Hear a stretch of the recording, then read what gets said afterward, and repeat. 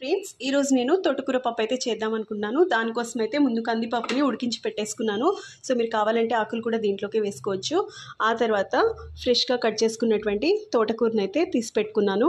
Oil వేసుకొని అది కాస్త వేడయ్యాక పోపు గింజలు అయితే వేసుకోవాలి. ఇవి కాస్త చిటపటలాడుతున్నప్పుడు దీంట్లోకి కరివేపాకు, ఎండుమిర్చి కూడా వేస్తున్నాను. ఆకుకూర పప్పులోకి ఎండుమిర్చి వేస్తే చాలా టేస్టీగా ఉంటుంది.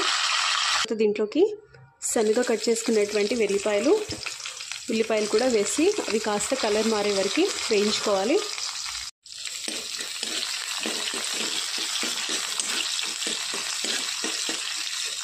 తర్వాత పోపులోకి పసుపు, ఇంగువ కూడా వేసుకొని మళ్ళీ ఒకసారి మిక్స్ చేసుకోవాలి. ఆనియన్ కాస్త వేగాక దీంట్లోకి కట్ చేసి పెట్టుకున్న తోటకూర అయితే యాడ్ చేస్తున్నాను. పప్పులో ఫ్లేవర్ కోసం 2 రిక్కల చింతపండు అయితే వేస్తున్నాను. దీంట్లోకి మీరు కావాలంటే టొమాటో కూడా యాడ్ చేసుకోవచ్చు.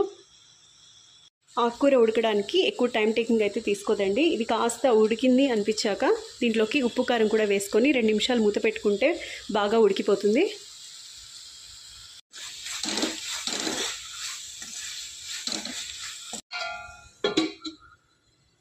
అయితే పూర్తిగా దగ్గర పడిపోయిందండి. దీని ఇలా కర్రీలాగా తిన్నా కానీ చాలా బాగుంటుంది.